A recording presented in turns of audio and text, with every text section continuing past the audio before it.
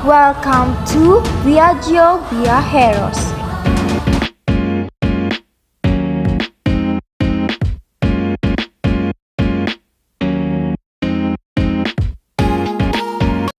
The business name of our travel agency is Viaggio Viajeros. Viaggio is from Italian words. It is travel or journey. Viajeros is viaje is a Filipino word for journey or travel also, adding a touch or cultural richness and global appeal. From the words heroes signifies the travels themselves, emphasizing their courage, resilience, and the extraordinary stories they create through their journeys. For it combines meaning, Viaggio Viajeros speaks to the transformative power of travel, suggesting that journeys are not just about visiting places, but about becoming heroes of our own narratives.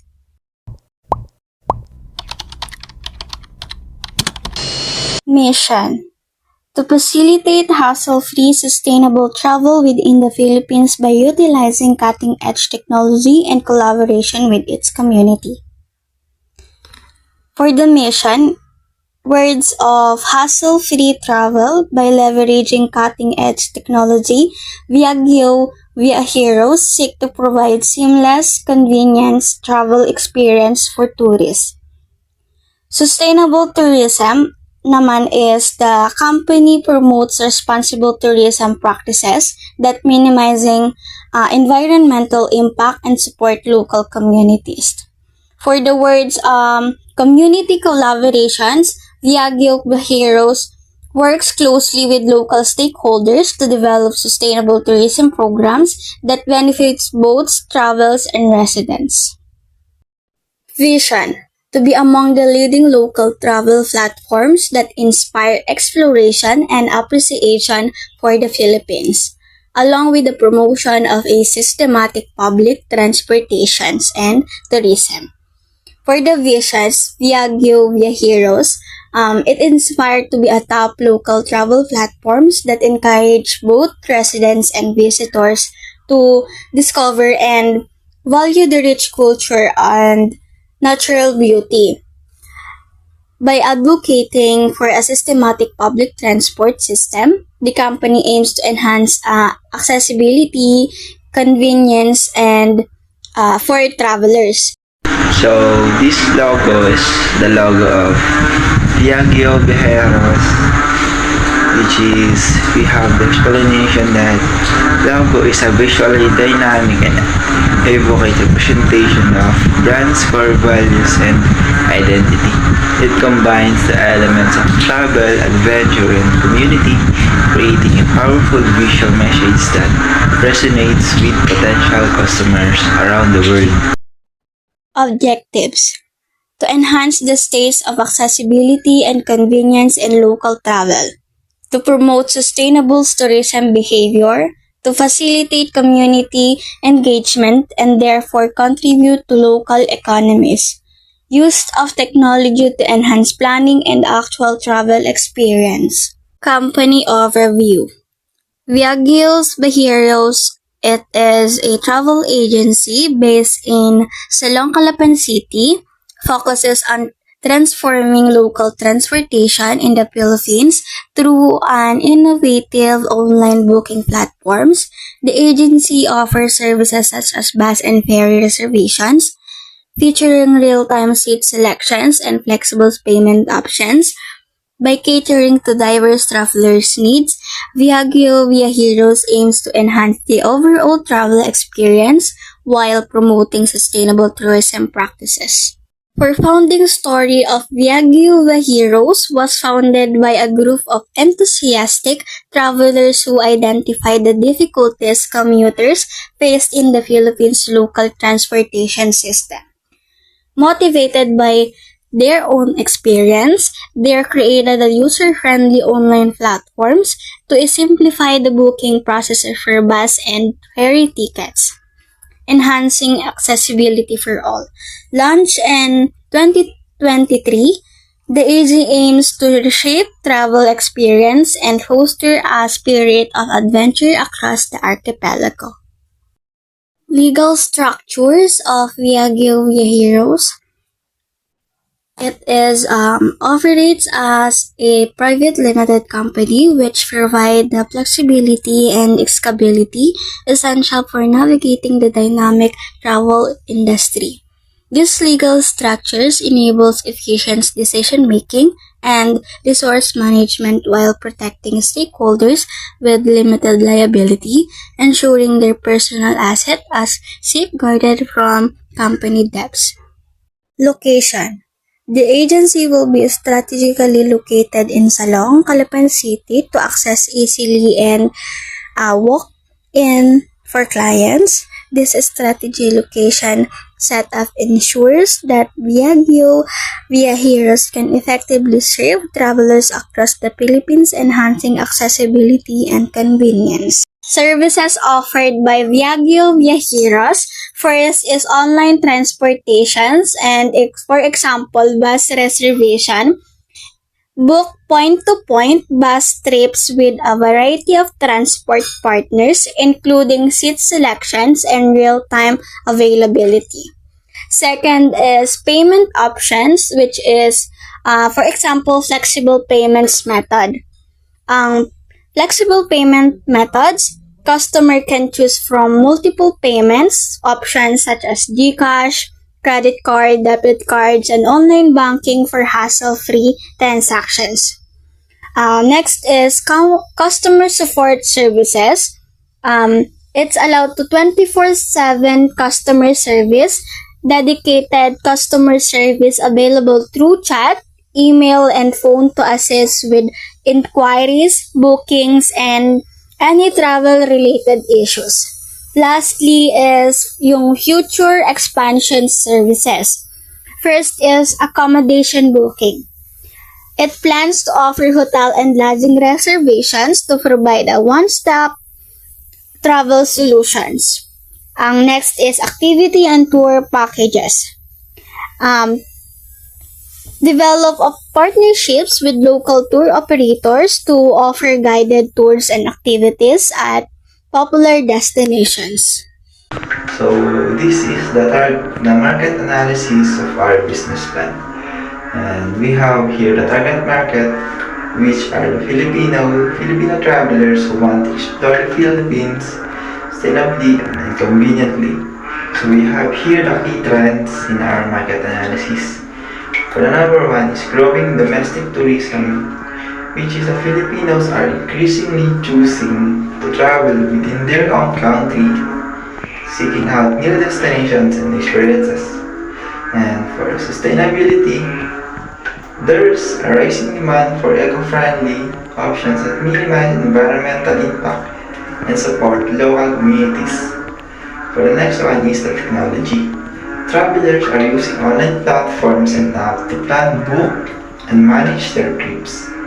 And then the opportunities in our market is the unique itineraries, offering curated travel packages that showcase lesser-known destinations and highlight local culture and experiences. And then sustainable practices. Partner with eco-friendly accommodation, transportation providers, and local businesses to create responsible travel experience. And then technology and integration. Develop a user-friendly website and mobile app and that simplifies booking, itinerary planning, and communication with local guides. So, our challenges naman po in our business plan, which is the competition. The travel industry is crowded with established players and emerging startups. And then for the next one is infrastructure. Limited access to transportation and infrastructure and some destinations can pose challenges. And then brand awareness. Viaggio Viajeros need to establish its brand identity and differentiate itself from competitors. Our strategies naman po is targeted marketing focuses on promoting Viaggio Viajeros Next, selling proposition to Filipino travelers through social media, online advertising, and influencer collaborations. And then community engagement. Partner with local communities, businesses, and NGOs to create authentic and interesting travel experiences. And then next one is for our conclusion, Viaje Viajero has the potential to succeed in the Philippine travel market by capitalizing on growing domestic tourism trends and focusing on sustainable practices and leveraging technology to create convenient and engaging travel experiences.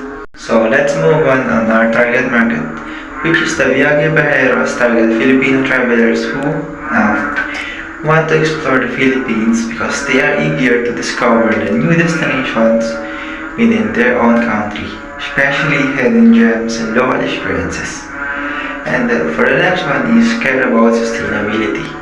They want to travel responsibly and contribute to the well-being of local communities and environment. And then for the next one is appreciate convenience because they value hassle-free travel and enjoy using technology to make their trips easier. And then adventure-seeking Filipinos, they are open to trying new things, exploring nature, and immersing themselves in local culture. For the next one is eco-conscious explorers. They are mindful of their impact on the environment and seek out sustainable travel options. And next is tech-savvy travelers.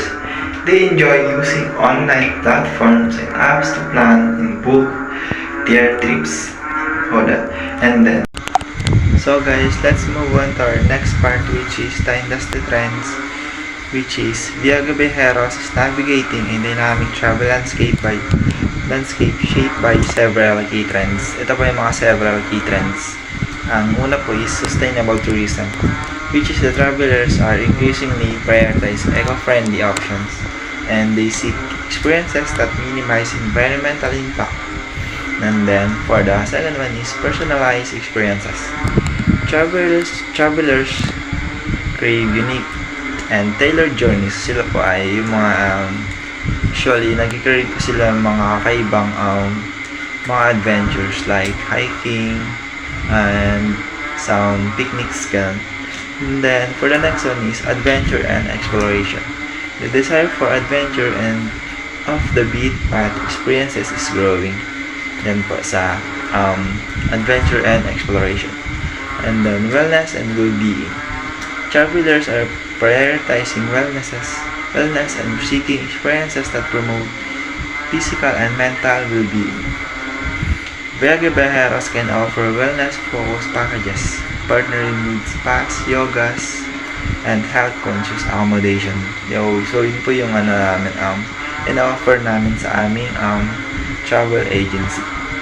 And then, by embracing these trends, our travel agency can position itself as a leader in travel industry and nag-offer po kami ng innovative and fulfilling experiences that resonate with modern travelers.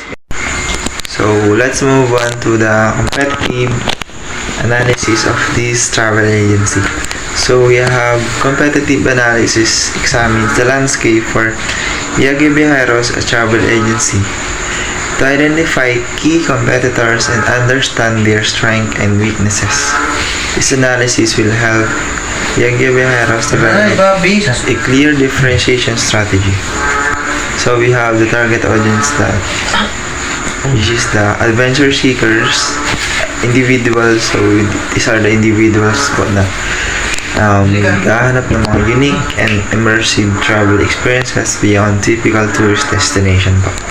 And then next is the budget-conscious travelers. Those looking for value for money and travel option without compromising on quality. For the third one is the millennials or Gen Z. They are the tech-savvy travelers who value personalized experience and authentic cultural immersion. So we have the key competitors, which are the large online travelers agency or OTAs OTAs, like Expedia, Booking.com, etc.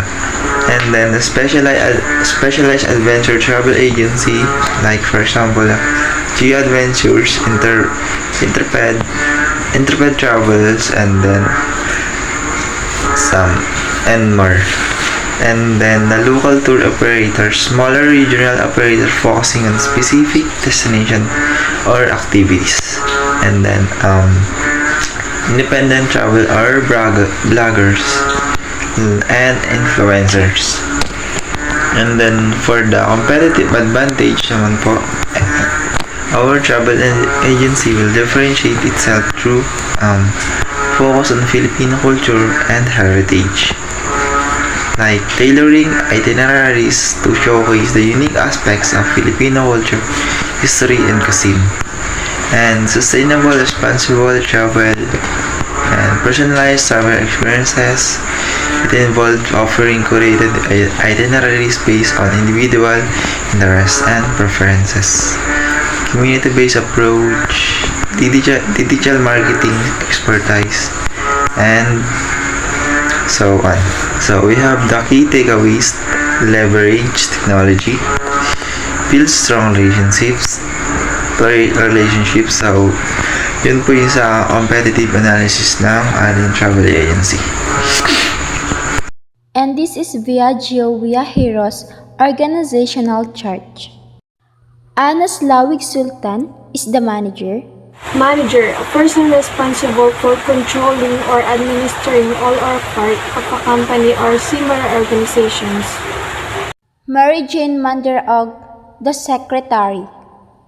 Secretary, a person employed by the individual or in an office to assist with correspondence, keep records, makes appointments, and carry out similar tasks. Rebecca Casapaw, account executive. Account executive, a business executive who manage the interests of a particular client, typically in advertising. And this is Mara Janelle Gaba, the operator. Operator, a person or company that engages in or runs a business or enterprise. For administration, Mara Janelle Gaba, and bookkeeper is Mary Jean Manderog. For travel counselor, Rebecca Casapaw. For sales naman is Rebecca Casapaw. And Mara Janelle for reservation and ticket. And for cashier, Miss Mary Jean Manderaog.